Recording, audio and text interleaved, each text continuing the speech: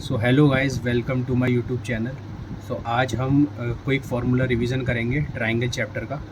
तो इससे पिछली वाली वीडियो में मैंने सर्कल का रिवीजन करा दिया था, सारे फार्मूलेस का। तो आज हम ट्रायंगल को देखेंगे। तो सबसे पहले मैं एंगल बाइसेक्टर से स्टार्ट करता हूँ। एंगल बाइसेक्टर ऑफ ट्रायंगल से कुछ रिलेटेड कुछ फार्मूलेज हैं, उनको देखते हैं हम। तो सबसे पहले मान लीजिए एक ट्रायंगल है हमारे पास ABC, और हमारे पास AD एक एंगल बाइसेक्टर है एंगल A का। तो हमारे पास यहाँ पे एक रिज़ल्ट होता है AB upon BD is equals to AC upon DC। तो ये रिज़ल्ट याद रखिएगा। इसी तरीके से ये इंटरनल बाइसेक्टर था। अब हमारे पास एक एक्सटर्नल बाइसेक्टर का भी रिज़ल्ट होता है। वो कैसे होता है वो देख लीजिए। ABC हमारे पास एक ट्रायंगल है, यहाँ पे मैंने BC को एक्सटेंड किया और यहाँ पे मैंने BA को एक्सटेंड किया, और मैंने इस एंगल का बाइसेक्टर यहाँ पे ज्वाइन किया, मान लीजिए D पॉइंट पे। तो हमारे पास क्या होता है, AB अपॉन AC इक्वल होता है हमारे पास BD अपॉन CD के। तो ये भी एक काफ़ी इम्पोर्टेंट रिज़ल्ट है।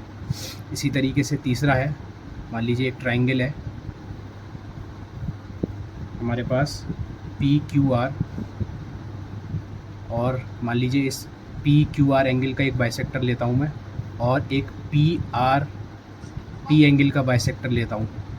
तो ये एक S पॉइंट पे टच कर रहे हैं। तो हमारे पास एंगल, ये मान लीजिए एंगल थीटा है, तो ये एंगल हमारे पास होता है 2 थीटा। तो कहने का मतलब क्या है, एंगल QSR जो होता है वो ट्वाइस होता है एंगल QPR के। तो ये याद रखिएगा। इसी तरीके से एक और फार्मूला है, एक और रिज़ल्ट है हमारे पास। मान लीजिए एक ABC एक ट्रायंगल है, और एंगल B का बाइसेक्टर और C का बाइसेक्टर मान लीजिए एक पॉइंट O पे मिलते हैं। तो हमारे पास एंगल BOC जो होता है वो होता है 90 plus half of angle A के। इसी तरीके से एक्सटर्नल बाइसेक्टर का भी एक इसमें रिज़ल्ट होता है। मान लीजिए ABC एक ट्रायंगल है हमारे पास, उसको मैंने एक्सटेंड कर दिया, और यहाँ से मैंने एंगल बाइसेक्टर लिया, इसका वो पे मीट किया। तो एंगल यहाँ पे BOC जो होगा, यहाँ पे ये वाला एंगल BOC जो होगा वो होगा 90 minus half of angle A के। इसी तरीके से एक काफ़ी इम्पोर्टेंट रिज़ल्ट है, इसको मार्क कर लेना, कि एक ट्रायंगल है मान लीजिए ABC,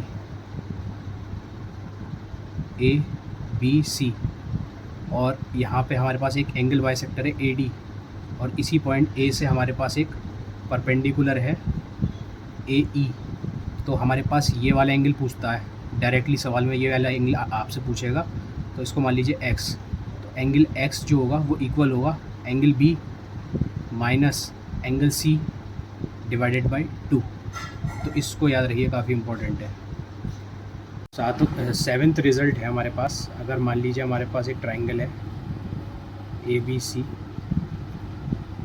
और हमारे पास ये एंगल बाइसेक्टर है AD, और ये मान लीजिए साइड A है, ये वाली साइड B है, ये X है और ये Y है। तो हमारे पास AD का स्क्वायर जो होता है वो इक्वल होता है AB माइनस XY के। इसी तरीके से अगर हमारे पास एक्सटर्नल बाइसेक्टर हो जाए ट्रायंगल में ABC, जिस तरीके से ये, तो मान लीजिए ये पूरी लेंथ X है और ये वाली लेंथ Y है, ये साइड A है और ये साइड B है। तो हमारे पास AD जो होता है इस केस में, AD का स्क्वायर जो होता है वो होता है XY माइनस AB। तो ये कुछ एंगल बाइसेक्टर के फॉर्मूले से इन्हें याद रखिएगा। अब हम कुछ सेंटर्स की बात कर लेते हैं, सेंटर्स ऑफ ट्रायंगल। तो सबसे पहले हम इन सेंटर की बात करते हैं।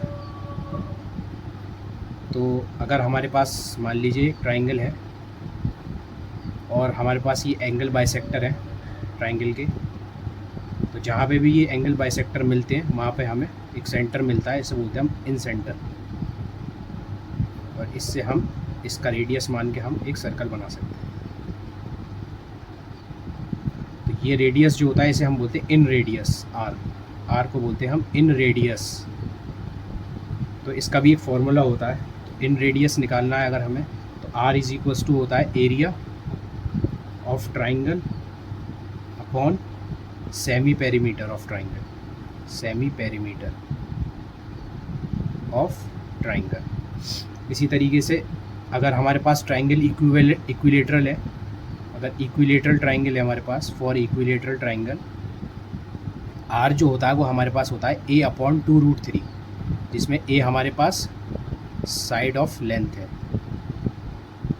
या लेंथ ऑफ साइड, ये हमारे पास ट्राइंगल के साइड की लेंथ है। और इसी तरीके से अगर राइट एंगल ट्राइंगल है हमारे पास, for right angle triangle R होता है हमारे पास P + B - H अपॉन 2, जिसमें से हमारे पास P है परपेंडिकुलर, B है बेस और H है हमारे पास हाइपोटेन्यूस। और एक फार्मूला होता है इन रेडियस का, semi perimeter of triangle minus hypotenuse of the triangle right angle के केस में। तो अगला सेंटर हमारे पास होता है सरकम सेंटर ऑफ ट्राइंगल। ये क्या होता है, अगर हमारे पास मान लीजिए एक ट्राइंगल है और हमारे पास 3 परपेंडिकुलर बाइसेक्टर हैं, जो कि परपेंडिकुलर भी होती है बाइसेक्टर भी होती है। तो इनसे मिलके हमारे पास एक पॉइंट मिलता है हमें ट्राइंगल के अंदर, जिसे हम बोलते हैं सरकम सेंटर। और इसको हम रेडियस मान के एक सर्कल बना सकते हैं पूरा, इस तरीके से कुछ। तो हमारे पास ये जो होता है सरकम रेडियस होता है कैपिटल आर। तो इसकी वैल्यू जो होती है हमारे पास होती है A × B × C upon 4 × area of triangle. A B C क्या है यहाँ पे, तीनों साइड्स की लेंथ। तो यही फॉर्मूला याद रखिएगा, ये काफ़ी इम्पोर्टेंट होता है। और राइट एंगल ट्राइंगल के केस में केस में जो होता है हमारा आर जो होता है वो हाइपोटेन्यूस का आधा हो जाता है, ये भी याद रखिएगा। जो है हम नेक्स्ट पॉइंट की बात करते हैं, जो कि सेंट्रॉइड ऑफ द ट्राइंगल होता है। सेंट्रॉइड क्या होता है, जब हमारे पास मान लीजिए एक ट्राइंगल है और इसमें हमारे पास 3 मीडियंस जब इंटरसेक्ट करती है। मीडियन क्या होती है, जैसे AD एक मीडियन है जो कि इस साइड को 2 पार्ट में इक्वल पार्ट में डिवाइड करेगी, ऐसे ही BE मीडियन है और ऐसे ही CF मीडियन है। तो हमारे पास मान लीजिए G ये पॉइंट है सेंट्रॉइड, इसको G क्या है हमारे पास सेंट्रॉइड है। तो हमारे पास AG अपॉन GD जो रेशियो होता है वो 2:1 के इक्वल होता है, ये बात याद रखिएगा। अब इससे रिलेटेड कुछ रिजल्ट्स देख लेते हैं हम। तो पहला रिज़ल्ट कुछ इस तरीके से है, मान लीजिए हमारे पास एक राइट एंगल ट्राइंगल है, ठीक है, ABC, और हमारे पास एक मीडियन है AD और एक हमारे पास है CE। तो इसमें हमारे पास एक रिज़ल्ट आता है, अगर मैं इस DE को मिला दूँ तो हमारे पास एक रिज़ल्ट आता है AD का स्क्वायर प्लस CE का square is equals to 5/4 AC का स्क्वायर। तो ये एक रिज़ल्ट होता है हमारे पास। और एक रिज़ल्ट और होता है AD का स्क्वायर प्लस CE का square is equals to 5DE का स्क्वायर। ये दोनों रिज़ल्ट काफ़ी इंपॉर्टेंट है, इससे डायरेक्टली सवाल पूछे गए हैं SSC में। इसी तरीके से एक रिज़ल्ट और है हमारे पास, मान लीजिए ट्राइंगल है, राइट एंगल ट्राइंगल, ये एक मीडियन है, ये एक मीडियन है, इस मीडियन की लेंथ मान लीजिए A है और इस वाली की B है। और हमारे पास इसको हमने जब ज्वाइन किया इन 2 पॉइंट्स को, मान लीजिए ये लेंथ C है और ये हाइपोटेन्यूस D है। तो यहाँ पे हमारे पास रिज़ल्ट क्या होता है, A² प्लस B² यानी दोनों मीडियन के स्क्वायर का सम इक्वल होता है C² यानी कि इस वाली लेंथ के प्लस हाइपोटेन्यूस के स्क्वायर। ये रिज़ल्ट याद रखिएगा। इसमें एक रिज़ल्ट और बचता है, वो भी देख लीजिए कि मान लीजिए एक ट्राइंगल है ABC और यहाँ से हमने एक परपेंडिकुलर ड्रॉ किया, मान लीजिए D, और यहाँ पे हमारे पास ये 2 पॉइंट है, एक पॉइंट पे इंटरसेक्ट कर दिया, इसको मान लीजिए E।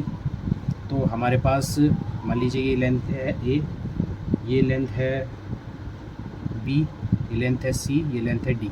तो हमारे पास एक फार्मूला होता है बी स्क्वायर प्लस सी स्क्वायर, इसका स्क्वायर और इसका स्क्वायर का सम इक्वल होता है ए स्क्वायर, इसके स्क्वायर और इसके स्क्वायर के सम के। तो ये भी रिज़ल्ट याद रखिएगा। एक लास्ट रिज़ल्ट और देख लीजिए जो काफ़ी इंपॉर्टेंट है, इससे सवाल डायरेक्टली पूछा गया है CGL में। एक ट्राइंगल है हमारे पास ABC और ये बी, हमारे पास दो मीडियन है जो कि परपेंडिकुलर हैं आपस में, BD और CE। तो इसका जो रिज़ल्ट होता है वो होता है AB का स्क्वायर प्लस AC का square is equals to 5 BC का स्क्वायर। तो ये याद रखिएगा। तो अब एक नेक्स्ट थ्योरम पढ़ लेते हैं हम, अपोलोनियस थ्योरम, जो कि बहुत इंपॉर्टेंट है। इससे हर साल एग्ज़ाम में सवाल पूछे गए, SSC का फेवरेट एक थ्योरम है ये। तो इसको एक बार देख लीजिए। मान लीजिए एक ट्राइंगल है हमारे पास ABC और हमारे पास AD एक मीडियन है, ठीक है। और ये डिस्टेंस BD को हम M मान लेते हैं, इसको N मान लेते हैं। इस पूरे BC लेंथ को हम A मान लेते हैं और इस AC लेंथ को हम B मान लेते हैं और इस AB लेंथ को हम C मान लेते हैं। तो अपोलोनियस थ्योरम क्या कहता है कि C square plus B square is equal to twice of X square plus M square. ये एक काफ़ी इम्पोर्टेंट रिज़ल्ट है, इसको आप बिल्कुल याद रख लिए, अपने दिमाग में रख लिए, क्योंकि इससे रिलेटेड एक ना एक क्वेश्चन आपको देखने को मिलेगा, क्योंकि लगातार इससे सवाल पूछे गए हैं। अच्छा, इस M स्क्वायर की जगह हम N स्क्वायर भी लिख सकते हैं, क्यों? क्योंकि M स्क्वायर जो है वो N स्क्वायर के इक्वल ही है, क्योंकि ये मीडियन है ना हमारे पास AD। तो इसको याद रखिएगा। तो अब लास्ट में हम थोड़ा सा राइट एंगल ट्राइंगल के जनरलाइजेशन देख लेते हैं, जो काफ़ी इंपॉर्टेंट है, हर बार सवाल इनसे पूछे जाता है। Right angle triangle generalization results. तो शुरू करते हैं। मान लीजिए एक राइट एंगल ट्राइंगल है हमारे पास ABC और B से एक परपेंडिकुलर ड्रॉ करता हूँ मैं D पे। तो हमारे पास कुछ रिजल्ट्स होते हैं इससे रिलेटेड, मैं एक एक करके आपको बता देता हूँ। तो इससे क्या होता है, BD का स्क्वायर जो होता है वो इक्वल होता है हमारा AD इंटू CD के, ये पहला। दूसरा, BD जो होता है इक्वल होता है AB into BC upon AC के। ये काफ़ी इम्पोर्टेंट है, जो सबसे ज़्यादा बार यूज़ होता है। और एक होता है 1 अपॉन BD का square is equals to 1 upon AB का स्क्वायर प्लस 1 अपॉन AC का स्क्वायर। ये भी काफ़ी यूज़ होता है। उसके बाद हमारे पास है AB का square is equals to AD into AC। इसी तरीके से BC का square is equals to CD into AC। तो ये काफ़ी इम्पॉर्टेंट रिजल्ट्स हैं जो राइट एंगल ट्राइंगल से रिलेटेड है, तो इसको याद रखिएगा। तो लास्ट में हम दो रूल और पढ़ लेते हैं, साइन रूल और कोसाइन रूल, जो कि काफ़ी इम्पोर्टेंट है। इससे सवाल आपको मिलेंगे क्वेश्चन पेपर में और इजी हो जाता है इससे थोड़ा सा क्वेश्चन। तो मान लीजिए एक हमारे पास एक ट्राइंगल है, मान लीजिए ये एंगल हमारे पास ABC हमारे पास एक ट्राइंगल है, ये एंगल B है, ये A है, ये C है, और ये साइड मान लीजिए A है, ये साइड B है, ये साइड C है। तो साइन रूल क्या कहता है? साइन रूल कहता है this side upon sine of B is equals to this side B, इसके सामने वाला angle sine of A is equal to C upon इसके सामने वाला एंगल साइन ऑफ C। तो ये होता है हमारे पास साइन रूल। इसी तरीके से अगर हम कोसाइन रूल देखें तो कॉस, अगर हम एंगल A का निकालेंगे तो ये इक्वल होगा A स्क्वायर, यानी दिस वाली साइड का स्क्वायर प्लस दिस वाली साइड का स्क्वायर माइनस सामने वाली साइड का स्क्वायर B का स्क्वायर अपॉन 2AC। तो ये कॉस A निकल जाएगा। इसी तरीके से हम अगर कॉस B निकालना चाहें तो ये भी निकल जाएगा, इन दोनों साइड का स्क्वायर का sum B square plus C square minus A square सामने वाली साइड अपॉन 2BC। इसी तरीके से हम cos C भी निकाल सकते हैं, A square plus B square minus C square upon 2AB। इस वीडियो का एंड होता है। तो अगर आपको ये वीडियो पसंद आई हो तो इसको लाइक करें, शेयर करें और सब्सक्राइब करें। और ऐसे ही मैं आगे और वीडियोस लेके आऊँगा रिवीजन्स के लिए। और जितने भी मैंने यहाँ पे फॉर्मूले या रिज़ल्ट्स आपको बताए हैं ये काफ़ी इम्पोर्टेंट है। इसमें से आपको ज़रूर कुछ एक ना एक फॉर्मूले पे आपको क्वेश्चन ज़रूर देखने को मिलेगा अपने अपकमिंग एग्ज़ाम्स में, जो कि CGL का होने जा रहा है 12 तारीख से। Thank you so much.